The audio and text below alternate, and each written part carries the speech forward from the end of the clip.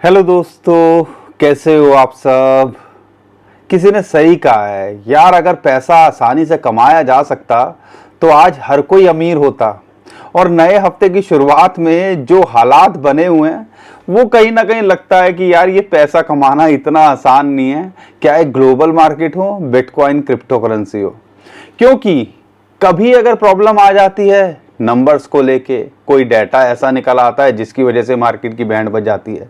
कभी ऐसी global situation बन जाती है जिसमें आपका कोई कंट्रोल नहीं है और उसके अंदर हम फिर दोबारा से फंस जाते हैं। कभी कोई टेक्निकल ऐसा इंडिकेटर आ जाता है जिसकी वजह से मार्केट रिएक्ट करना शुरू कर देती है। तो इन शॉर्ट, जो लोग सोचते हैं ना कि भैया मार्केट के अंदर ऐसे ही लोग कमाल कर जाते हैं, सालों की तपस्या होती है। कुछ एक दो लक हो सकते हैं, लेकिन घूम फिर के ये बात समझ में आती है कि ये इश्क नहीं आसान, इतना समझ लीजिए एक आग का दरिया है और डूब के जाना है। तो ये क्रिप्टो करेंसी वालों के लिए ही बनी है ऐसा लग रहा है, क्योंकि जो हालात बन रहे हैं और जिस चीज का डर था वही होता देखने को मिल रहा है। ईरान और अमेरिका के बीच में बातचीत फेल हो गई, पीस टॉक फेल हो गई, और यहाँ पे स्ट्रेट ऑफ हॉर्मूज ईरान ने बंद किया हुआ था। अब डोनाल्ड ट्रंप भी कह रहे हैं कि जो दो चार जहाज ईरान वाले भेज रहे थे, कभी अच्छे टर्म्स पे या कुछ टोल लेके, जिसके अंदर सुनने में ये भी आया था कि बिटकॉइन $2 मिलियन के जो एक यूज केस निकल के आया था, वो दो और अपना शिप ले जाओ।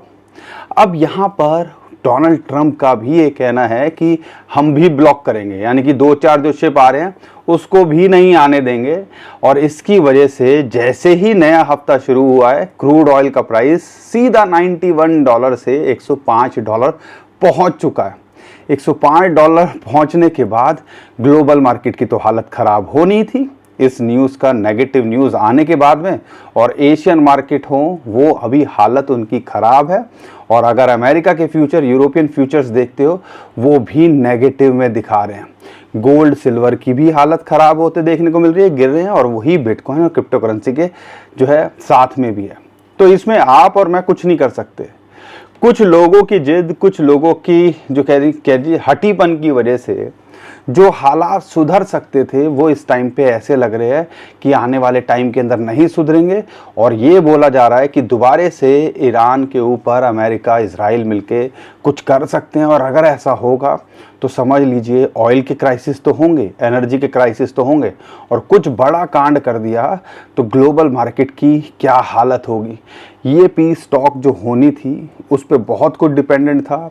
जो ईरान के फॉरेन मिनिस्टर हैं उनका तो कहना है बस पहुंच ही गए थे, लेकिन क्या होता है कि अमेरिका पता ही नहीं चाहता है कि नहीं चाहता है। ऑलमोस्ट सहमति पे पहुंचने वाले थे तो उन्होंने गोल पोस्ट चेंज कर दिया, मतलब कुछ और बात करने लगे कि ये भी मानो ये भी मानो। अमेरिका की तो आदत है ही। लेकिन ईरान के 4-5 पॉइंट्स क्लियर थे, भैया आगे से तुम इन चीज़ों हमारे पे ऊपर हमला नहीं करोगे, उस पर क्लियर करो। अथॉरिटी स्ट्रेट ऑफ हॉर्मुज की हमारे पास कंट्रोल में रहेगी, उसको यहाँ पर हम रखेंगे। साथ के साथ में जो हमारा नुकसान किया है उसका हर्जाना दो, और जो ग्लोबल एसेट्स हैं उनको फ्रीज किया हुआ वो जो है हटा दो। स्ट्रेट ऑफ हॉर्मुज पे शायद इनकी बात नहीं बनी, और अमेरिका ने कहा है कि न्यूक्लियर जो है हम वेपन आपको बनाने नहीं देंगे। तो ये सारी चीज़ों पे घूम फिर के पहले से ही लोगों को पता था कि जो 10 पॉइंट ईरान के हैं और 15 पॉइंट अमेरिका के हैं, ज़्यादातर जो मेन पॉइंट्स हैं उन पे सहमति नहीं बनेगी। और वही हुआ। डोनाल्ड ट्रंप के जो वाइस प्रेसिडेंट हैं JD वेंस, वो आए थे, और यहाँ से ईरान की तरफ से जो उनके फॉरेन मिनिस्टर हैं और पार्लियामेंट स्पीकर हैं वो गए थे। मतलब बड़े लोगों की मीटिंग थी, इसको हल्के में तो नहीं लेना चाहिए था। और ये ऑलमोस्ट कहते हैं कि 50 साल के बाद में कोई ऐसी मीटिंग निकल के आई थी, लेकिन ये सॉल्यूशन नहीं निकल पाया। अब उसकी वजह से मार्केट पे एक प्रेशर है। समझने की कोशिश करेंगे कि ये क्रूड ऑयल के जो बढ़ने से क्या इम्पैक्ट पड़ रहा है, बिटकॉइन क्रिप्टो करेंसी की क्या हालत हो सकती है। और यार ये स्ट्रेट ऑफ हॉर्मुज को लेके डोनाल्ड ट्रंप इतने वो बिलबिलाए से क्यों हैं, इतना क्यों परेशान, और क्यों वो चाहते हैं कि यार इनका कंट्रोल रहे, या ये एक फ्री वे बनने। तो उसको थोड़ा सा समझाने की मैं कोशिश करूंगा यहाँ पर, ताकि आप ओवरऑल पिक्चर समझ सको। लेकिन ऐसा लगता है कि अगर हालात नहीं सुधरे और यहाँ पे दोबारा से हमले होते देखने को मिले, तो हमें मार्केट की गिरावट के लिए तैयार रहना चाहिए। जो भी है मैं तो आपको अप टू डेट रखने की कोशिश कर रहा हूँ। ये अपडेट मैंने कल ही आपको दे दी थी, शॉर्ट्स के माध्यम से भी आपको अप टू डेट रख रहे हैं, लेकिन आप अपना काम नहीं कर रहे हो पूरा।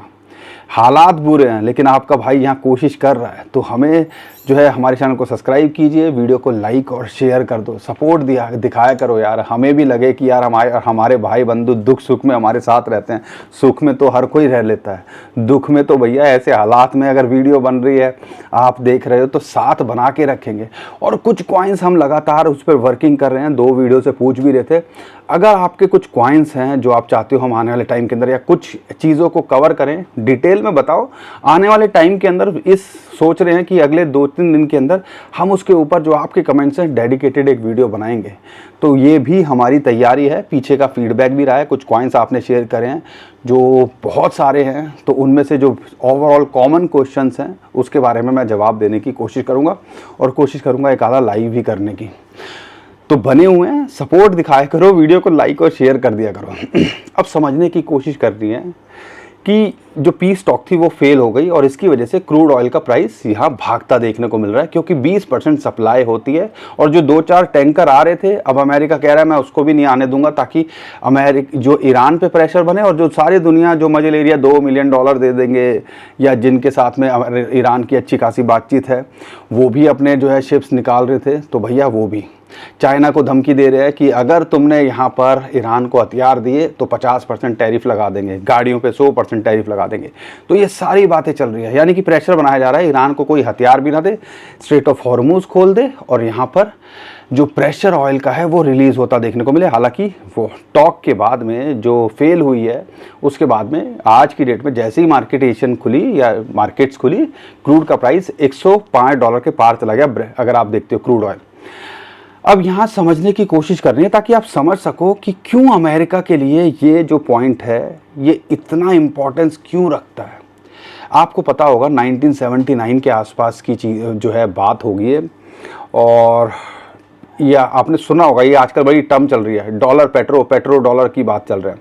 यानी कि मिडल ईस्ट से के साथ में या सऊदी अरेबिया के साथ में इनकी सहमति बनी थी कि भैया डॉलर का जो ट्रेड है वो पेट्रोल का जो क्रूड का जो ट्रेड है वो डॉलर में करोगे, और डॉलर में करने से जो आपका सरप्लस बचेगा, ठीक है, वो आप हमारे ट्रेजरी बॉन्ड्स में यहाँ पर डिपॉजिट करो, या हमसे कुछ चीज़ें लो, और उससे क्या होगा, हम उसको इंटरेस्ट भी आपको उसके ऊपर कुछ देंगे। तो ये पेट्रो डॉलर का चलन चलने लगा था, सारी दुनिया इसी पेट्रो डॉलर में, यानी कि डॉलर का जो क्रूड का ट्रेड है वो डॉलर के अंदर होने लगा था। तो इसकी वजह से यहाँ अल्टीमेटली डॉलर को फ़ायदा, तो अल्टीमेटली अमेरिका को फ़ायदा, उनकी करेंसी और स्ट्रांग होगी। अब यहाँ पर स्ट्रेट ऑफ हॉर्मुज चोक होने के बाद ईरान ने क्या किया, ईरान कहने लगा कि भाई ये डॉलर पोलर छोड़ो, हमें बिटकॉइन दे दो, या भैया चाइनीज़ युआन में ट्रेड करोगे। ये डायरेक्ट चैलेंज था कि भैया डॉलर की एक्सेप्टेंस कम की जाए, और इसकी वजह से ज़्यादा बिल आ गया कि यार चलो अभी तो ये 2-4 जहाज ही कर रहे हैं, या 2-4 कंट्रीज़ ही करने लगी हैं ट्रेड। अगर कल को मान लो हर कोई ऐसा करने लगा तो फिर क्या होगा। रशिया के ऊपर सैंक्शन क्यों लगाए जा रहे हैं, क्योंकि रशिया भी कह रहा है कि भैया हम तो रुपये या रूबल जो उनकी करेंसी है उसमें ट्रेड कर लेंगे। अब उसकी वजह से भी दिक्कत, इसलिए रशिया से तेल नहीं खरीदना, इंडिया जो भी रशिया से खरीद रहे थे कंट्रीज, उन पे ये प्रेशर बना रहा था अमेरिका। तो ये पॉइंट है, और ये एक बड़ी इंपॉर्टेंट नब्ज़ है। तो यहाँ पर अब यार कोई और करेंसी में पेमेंट करके या जो उनको टोल दे के ना निकले, तो ये अमेरिका भी कह रहा है कि भैया हम भी आगे से बंद कर देंगे। तो ये पूरा का पूरा बंद हो गया।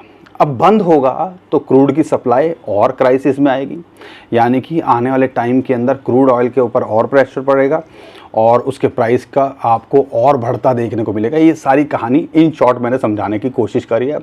और जो हालात बन रहे हैं ईरान के ऊपर, दोबारा से अभी सीज़ फायर चल रहा है, 2 हफ्ते के लिए आ रहे हैं, लेकिन ये अटैक कर देते हैं, बातचीत नहीं निकलती है, तो समझ लीजिए और हालात ख़राब होते देखने को मिल सकते हैं। और उसका इम्पैक्ट ग्लोबल मार्केट पे तो देख ही रहा है।